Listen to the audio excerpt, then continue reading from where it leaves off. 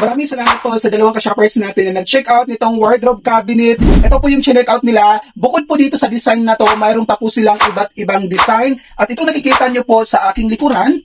Ang bili ko lang nito ay napakamura lang po. Iisipin nyo, 7,000 yung price nito, pero hindi po napakalayo sa price na yun. Ayan po yung appearance niyan kung makikita nyo. Mayroon ditong division na apat, 1, 2, 3, 4. Tapos dito, dalawa yung division naman dito. Dito yung pinakamalaking part.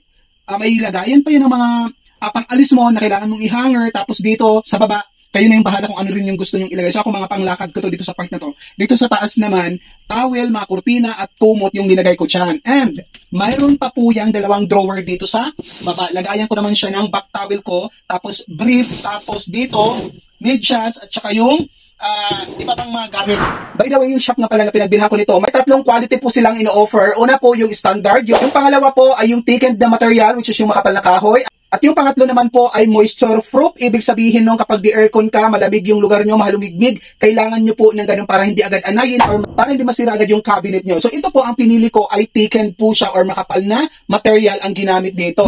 Kaya sobrang happy ko po talaga sa binili kong to dahil muntikan na akong bumili ng drawer na gawa sa plastic na kung saan ay mas mahal kumpara dito. Hindi naman ganun kaganda. At ito yung nakita ko dito sa online na talagang na-amaze ako at check out ko agad-agad. Kaya ilalagay ko yung link nito dito sa yellow basket or kung nandito ka sa blue app, nandito naman sa Shop Now. Huwag ka na mag-atubili, i-check out mo na to kasi affordable lang at maganda yung quality. Go and check out now.